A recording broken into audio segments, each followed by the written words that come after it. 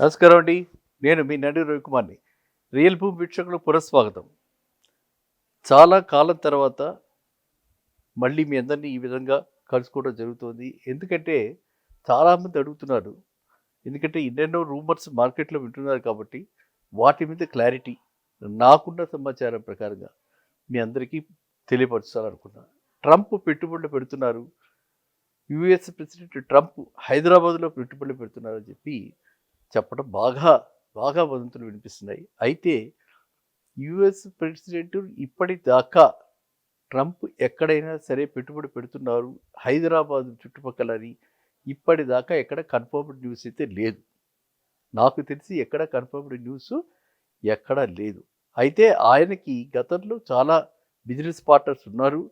ఇండియాలో ఆయనకి ఒక రియల్ ఎస్టేట్ ఆర్మ్ అంటూ ఉంది. ఆ రియల్ ఎస్టేట్ వింగ్ ఏదైతే ఉందో ఆ వింగు బాంబేలో, పూణేలో, ఢిల్లీలో పెట్టుబడులు పెట్టారు. అయితే హైదరాబాద్ కూడా శరవేగంగా ఒక టెక్నాలజీ హబ్ అయిపోయింది కాబట్టి అప్పటికంటే ఇప్పుడు చాలా మన దగ్గర అన్ని కంపెనీలు వచ్చాయి కాబట్టి ప్రతి వాళ్ళకి ఇక్కడ ఫుట్ ప్రింట్స్ ఉన్నాయి కాబట్టి ఆయన కూడా ఇక్కడ పెట్టుబడులు పెట్టుదామన్న పెడతారు అన్నటువంటి ఒక ఆశాభావం అయితే అందరిలో కనిపిస్తుంది. అది చాలా మేరకు అదైతే నిజం. కానీ ఆల్రెడీ పెట్టుబడులు పెట్టేశారు, ఇక్కడ పెట్టారు, అక్కడ పెట్టారు అని చాలామంది చెప్తున్నారు. అవన్నీ కూడా ఊర్లి వదంతులు, ఊహాగానాలు తప్ప వాటికి ఎక్కడా కూడా బేసిస్ లేదు. ఎక్కడా కూడా కన్ఫర్మ్డ్ న్యూస్ లేదు. కాబట్టి ఇలాంటి వదంతులు, ఇలాంటి పుకార్ల మీద బేస్ చేసుకుని ఎవ్వరు కూడా బ్లైండ్గా ఇన్వెస్ట్ చేయకండి. ఒకవేళ ఆయన పెట్టుబడి పెడితే అది బోనస్గా తీసుకోండి. అంతేగాని మీరు మాత్రము మనం గతంలో చెప్పుకున్న వీడియోస్లో లాగా మన లొకేషన్ల ఇంపార్టెన్సు, అక్కడ ఏమేమి రాకపోతున్నాయి డెవలప్మెంట్సు, అక్కడ మెట్రో కనెక్టివిటీ ఎలా ఉంటుంది, ఆ ఏరియాలో ఎట్లాగా అక్కడ నివసిస్తే అక్కడ రాబోయే కాలంలో ఏ విధంగా మనం వర్క్ ప్లేస్కి ఎంత దూరంలో ఉంటాము, ఇట్లాంటివి మాత్రమే బేరీజు వేసుకోండి. అంతేగాని మనకేదో వచ్చి పడుతుంది, మనకు అది ఇంకో గచ్చిపోలి అవుతుంది, అది ఇంకో మాదాపూర్ అవుతుంది, ఇలా రకరకాలైనటువంటి థంబ్నెయిల్స్ చూసి నేను I'm feeling very very bad. ఓకేనా? ఎవరిని మిస్లీడ్ చేయకూడదనేది నా ఉద్దేశం. అందువల్ల I wanted to create this awareness. ఈ రోజు దాకా కన్ఫర్మ్డ్గా ట్రంప్ ఎక్కడ పెట్టుబడి పెడుతున్నారన్న విషయం మాత్రం ఎక్కడా కూడా ఏ ప్రెస్లో కానీ ఎక్కడ కానీ ఏ మీడియాలో కానీ దాని మీద ఎటువంటి ఖచ్చితమైనటువంటి నిర్ణయం లేదు, న్యూస్ లేదు. ఓకేనా? సో ఇది ఇలా ఉంటే ట్రంప్ గారి యొక్క ఏదైతే ఆయన వాళ్ళ అంటే నేను చెప్పా కదా, అనుబంధ సంస్థ ఏదైతే ఉందో వాళ్ళు కూడా ఇక్కడ విజిట్ చేసినట్టుగా ఇప్పటిదాకా నాకైతే సమాచారం లేదు. కాబట్టి ఇవన్నీ కూడా పూర్తిగా వదంతులే. అయితే మనము ఒకటి చూసుకోవాల్సింది ఏంటంటే, మళ్ళీ హైదరాబాద్లో హైడ్రా ఒక 15 రోజులు గ్యాప్ ఇచ్చారు. మళ్ళీ హైడ్రా లాస్ట్ 3-4 డేస్ నుంచి మళ్ళీ హైడ్రా మొదలుపెట్టింది. తన పని తను చేసుకుపోతోంది, పేమెంట్లు క్లియర్ చేస్తుంది. Even central place like film Nagar కూడా నో ఎక్సెప్షన్. సో ఫిలిం నగర్లో కూడా వాళ్ళు చాలా మటుకు పేమెంట్ల మీద కట్టుకున్న వాళ్ళు అక్రమ కట్టడాలని పోల్చడం జరుగుతుంది. కాబట్టి ఈ హైడ్రా యొక్క ఈ దూకుడు పూర్తిగా పోయింది, సమస్య పోయింది అని అనుకోవడానికి లేదు.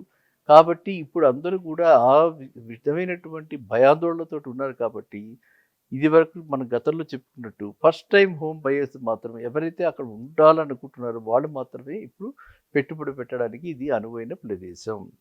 ఇప్పుడు పెట్టుబడులు పెట్టుకోవాల్సింది ఎవరు అంటే మనము ఫస్ట్ హోమ్ బయర్స్ని మనము అందులో ఉండబోతున్నాము, అక్కడ మనం నివసిస్తాము, లేకపోతే ఆ స్థలంలో మనం కట్టుకుంటాము అని అనుకున్న వాళ్ళకి మాత్రమే ఇది సరైన అవకాశం. ఎందుకంటే మార్కెట్ స్తబ్దతతో కూడింది, నెగటివ్ సెంటిమెంట్ ఉంది.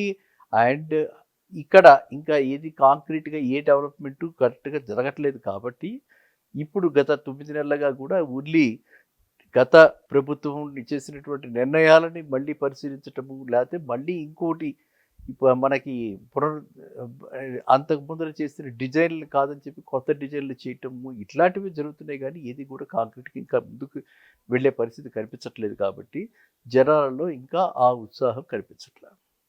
కాబట్టి ఆ పాజిటివ్ సెంటిమెంట్ లేదు. మన బయట నుంచి రావాల్సిన వాళ్ళు రావట్లే. అంటే ఇప్పుడు జనరల్గా ఎన్ఆర్ఐస్ ఏంటంటే వాళ్ళు వెనక్కి తిరిగి వచ్చి ఈ టైంలో నవంబర్, డిసెంబర్లో వాళ్ళు వచ్చి ఇక్కడ పెట్టుబడులు పెడతారు. అది మనందరం చూస్తున్నటువంటి వ్యవహారం.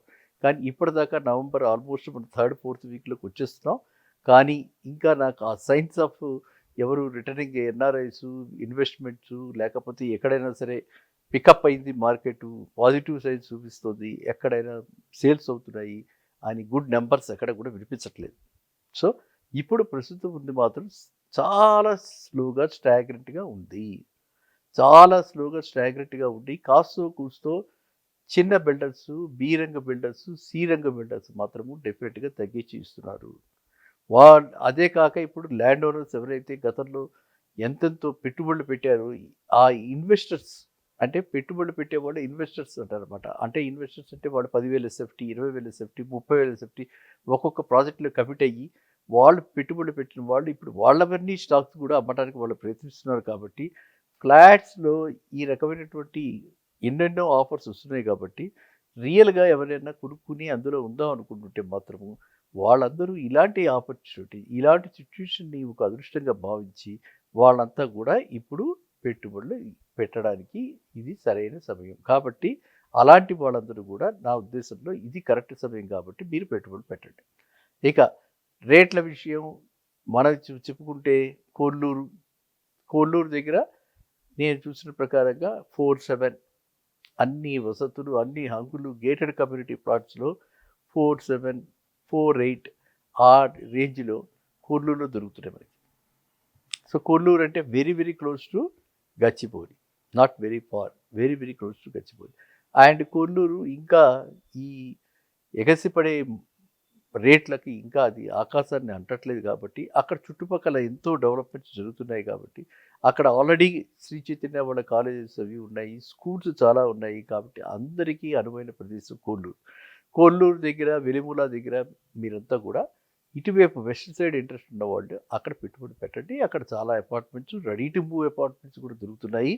కాబట్టి వాటిల్లో మీరేమి పెద్ద పెద్ద పేర్లకు వెళ్ళకండి. Mid level or C class builders వాళ్ళు కూడా అన్ని హంగులతోటి గేటెడ్ కమిటీలు కడుతున్నారు. కాబట్టి మన బెంచ్ మార్క్గా ఒక 4,7 పెట్టుకోండి. 4,7 పెట్టుకుని బెంచ్ మార్క్ 4,7 అంటే ఎందుకంటే అంతకంటే తగ్గించడానికి అవకాశాలు లేవు బిల్డర్స్కి ఎవరికి కూడా. వాళ్ళకు కూడా మనం చూడాలి కదా, బిల్డర్స్ ఎవరికి అవకాశాలు లేవు.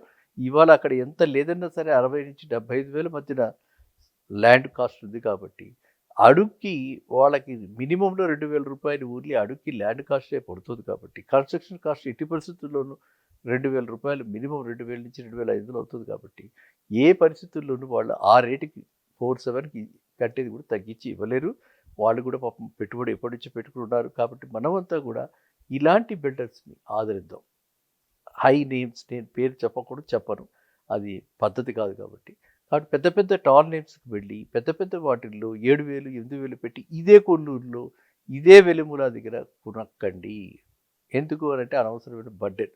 సో సామాన్య వాడిని దృష్టిలో పెట్టుకుని నేను ఎప్పుడు చెప్తా. కాబట్టి మీరు ఆ విధమైనటువంటి కాకుండా ఇలా 4,7 ఇలా వచ్చేవి మిడ్ ర్యాంక్ బిల్డర్స్ దగ్గర మంచి గేటెడ్ కమ్యూనిటీస్లో పెట్టుబడి కొనుక్కుని అక్కడ ఉండడానికి వీలే అనువైన ప్రదేశాలు. కాబట్టి మీరంతా అక్కడ పెట్టుబడులు పెట్టండి.